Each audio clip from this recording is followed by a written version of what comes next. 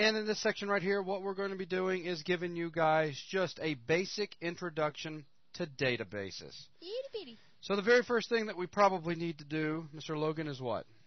I don't know, explain what a database is. Well, explain what a database is. Well, go ahead. Explain to us what a database is. Well, pretty obvious from the name what it can do. Obviously store data. Now, the main point is anything can store data. I mean, you could store a lot of data in like a text file. Okay. But what if you had like tens of thousands of records in a text file? That's not going to be fun to go and like try to find certain records or get just like basically specify how you want the data to like given back to you. That's where the real point of a database is because is the way you can use it to gather the data back. Use like where you can group by different values, order by different values. Like say you have a whole bunch of data, it all has a date with it, but it was all entered at different times. Well, you can actually have the database, in our case MySQL, go in there and reorder the data for you when you ask for it back. So of course, SQL stands for Structured Query Language, and that's the point, for it to structure the data when you call it back. Whoa! I actually knew that about the SQL. Did you? Yeah. I looked it up. I knew what a database was. Liar. I knew how to spell Could we get away with saying, yes, a database is for storing data, period. I'm not going to get quite as complex as that. And could we go a little bit more simple and say, in MySQL, that a database is a container for tables? Right. So it's fair to say that. A database, Adam, is a container that holds tables. Awesome. The database itself, this is just kind of a weird way of looking at it, but the database doesn't hold data per se. It holds Tupperware. That holds data. It's like a refrigerator Tables? holding Tupperware. There he goes. He got cranked up. Now we're in the fridge. Hey! If Tupperware means tables, then I guess you're right. Yeah. Yeah, it's like a big refrigerator holding the Tupperware Okay, so that all right. holds the food. Groovy. I like that. You are just rolling now. Man, So what do the I'm tables hold? telling you. Records? Well, And if you say records are fields, then you'd be right too. So it's like the expensive Tupperware that's divided up. so let's go back to the old refrigerator thing, because I really like that. So the refrigerator would be the database. Right. And in the end, I mean, yes, it holds the food, but I mean, looking at the food as actually being the data. But, it's more so holding the Tupperware. Ah. Okay, so, I mean, no, that's good. That's excellent. You did a great job. Thank you. So our databases hold tables, and our tables hold, Logan, would you like to give that one a shot? No, I know what it is. Okay, it's what is it? fields. Holds fields. Logan, and fields are? Fields are like a format for storing data. Because remember in the variable section where we went over an integer and a string and how it's like different data that it can hold? Uh-huh. That's what a field sets up. Like you can have a field that stores an integer or a field that stores a string. In this case, it's called a char, but string char is basically the same thing inside of SQL. So, I mean, if you were going to be real loose at looking at it, generally people refer to a table as where you'll find your record set, your actual data, though, right? Right. Okay, very cool. So with that very basic understanding out of the way, let's just get in there and inside of MySQL and actually see how we can create databases, how we can see all of the databases that are available to us, and how we can delete databases. So... Squip it. That's good. So what do you think we need to do first? Well, let's create a database. All right. Before we create the database, though, for somebody that's sitting new in front of a system where they just installed MySQL, what do they need to do? You'd want to start the server. There you go. We need to get the server running. So what we're going to do is we're just going to open up regular old command prompt, and we're going to switch over to good old K drive, and I'm going to change directory over to MySQL, and then down one more folder to bin, and we're going to run MySQL d space dash dash standalone. MySQL d standalone. Okay, go ahead and hit enter. Sounds like a song. And tell us, Logan, real quick, what did this do? This actually started a database server. It started the. Let me see. Started the server. Yes. Okay. He really wanted to give a lengthy 20-minute complex description, but he just couldn't get around the fact that we just started the server. Okay, so now that we've got the server running, I can go ahead and close this out without being a problem, right? Right. In this version of MySQL, you can close this command prompt. In earlier versions, you actually had to leave it running, but in this one, you can go ahead and close the command prompt. Okay, good. And the server will still be running. Okay, now we can't just start typing in here again, Exactly, right? because it's tying up this window. That's right. This is now the process that's running, right? Right. So we'll just go ahead and close it out like such, and go ahead and come back and open up another command prompt. Just drag it back down here into the recording area. And again, I'm just going to jump on over to K Drive, and we'll just change directory into MySQL and back over into bin. And we're going to fire up the MySQL monitor by simply typing in MySQL and hitting enter. And there you are. You'll notice now instead of a command prompt like C:\/ or K:\/ we now have MySQL and a little flashing cursor. Ooh. So we're now in the MySQL monitor. We're in that app, and when we're typing, we're talking directly to the server. Sound good to you, Logan? Yep, sounds good. So one of the first things you'll see after getting in is that you can type help or \H for help. And we'll just go ahead and just take a look at that real quick. So I'll simply type help, and you'll see that we have a series of MySQL commands that we can fire real quick to just do some simple stuff. Help, which really just shows you this, and \, same thing. And we can clear, connect. There's a whole bunch of different things that you can do, and there's a listing of them and a description over to the side. Another thing that you may find very useful is, Logan, what do you think? Find very useful. Status. Status, yes. I would say so. In case it's I'm just going to type in status. I'm going to put a terminator at the end. I'm going to use a semicolon and go ahead and press enter. Status is very useful if you've come into some sort of organization that already has MySQL running and you don't know the version, or you need to find out how many connections, or et cetera, et cetera.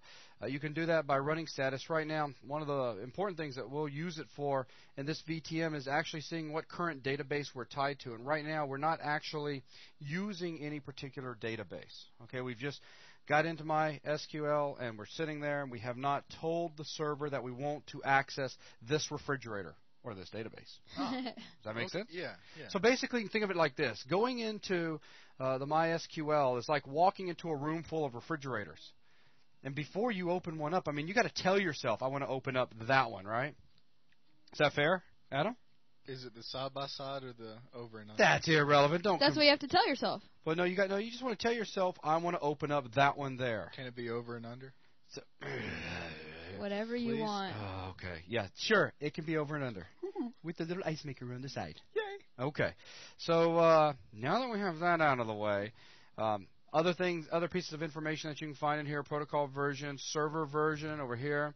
Uptime. In this case, we just started at 2 minutes 10 seconds ago. So status can definitely be handy. Now, our first true command.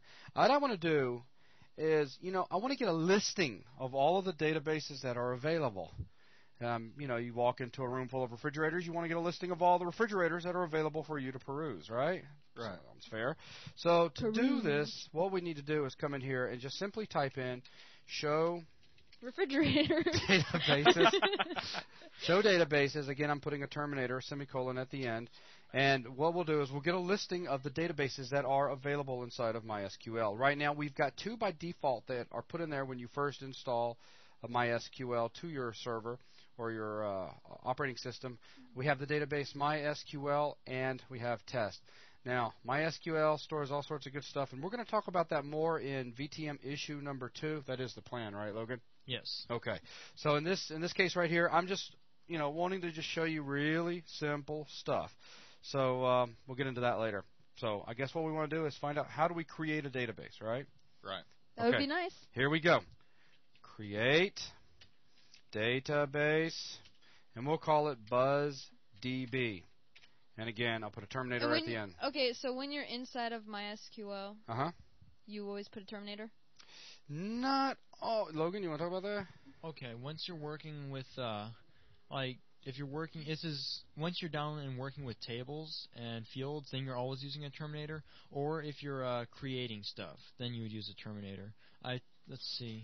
There are some things that you do not have to use a terminator with, but I would just suggest get into the habit of using a terminator with everything that you type inside. Right. Using a terminator won't mess stuff up. Right. Some places, leaving it off, it'll require a terminator. Right. Yeah. Okay. So we'll go ahead and type in. Again, it's create space database space and your database name. In this case right here, I am calling it BuzzDB. So I'll go ahead and press enter. One note is that that is case sensitive, so remember the exact case of your database. Okay. And we get query OK, one row affected, the time it takes to do this. Basically what that is saying is, yep, it did it. Now what I want to do is type show databases again, but I'm lazy. Right. There's a history that we have running active for us inside of MySQL, isn't there? Yes, there is. Tell us about this history there, Mr. Logan.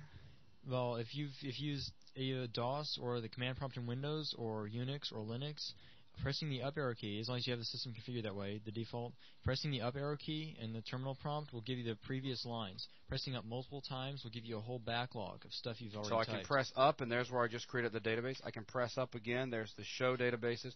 Press up again. There's when we did status. There's where I did help. Okay. That's all you did. So, and you keep this thing running, and if we disconnect and reconnect, it'll still, as long as we still have this server process running, it'll still remember everything, right? Yes, you can actually close the monitor, MySQL monitor, and then open it back up, and you still have your backlog of stuff. That's awesome. Okay, it's very handy. You find it handy, don't you? Oh yes. And sometimes I've actually used stuff that's like a couple of weeks old.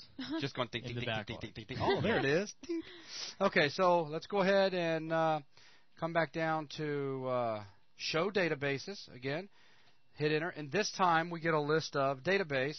We have BuzzDB, MySQL, and test. So there's BuzzDB. Now, you ready for this? That's it. That just created our refrigerator, our database. So it's there. That's there. Wow. It's now ready for us to use it. But how do we tell the system that we want to use it? Well, use. Look at that. That's good. Man. Use BuzzDB. You're a natural. Hire me now. Terminator. Hit enter. Look what we have. Database changed. We're now using BuzzDB. And I can prove this just in case you happen to have forgotten or whatever. If we come in here and type status again, current database. By golly, it's there. BuzzDB. Whoa.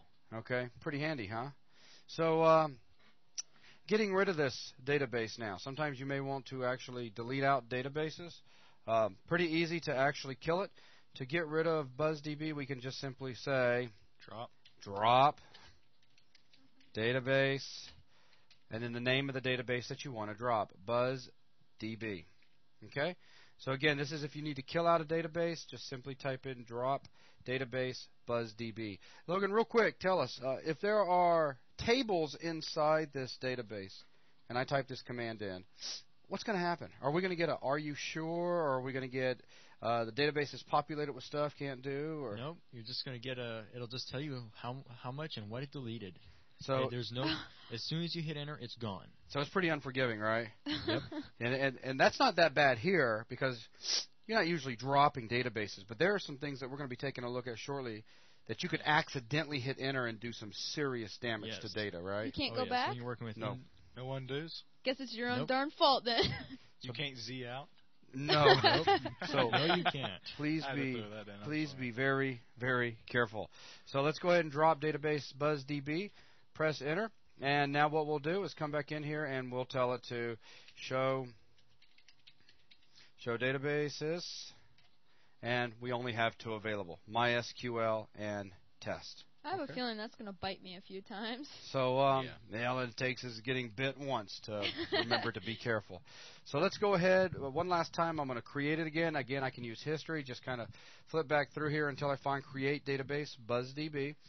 And we've got it created, and I'm doing this so that in the next section we can take advantage of this when we're creating tables. So that's pretty much all I want to talk about in this section right here. Pretty simple? Yeah. Okay, so thanks a lot, guys.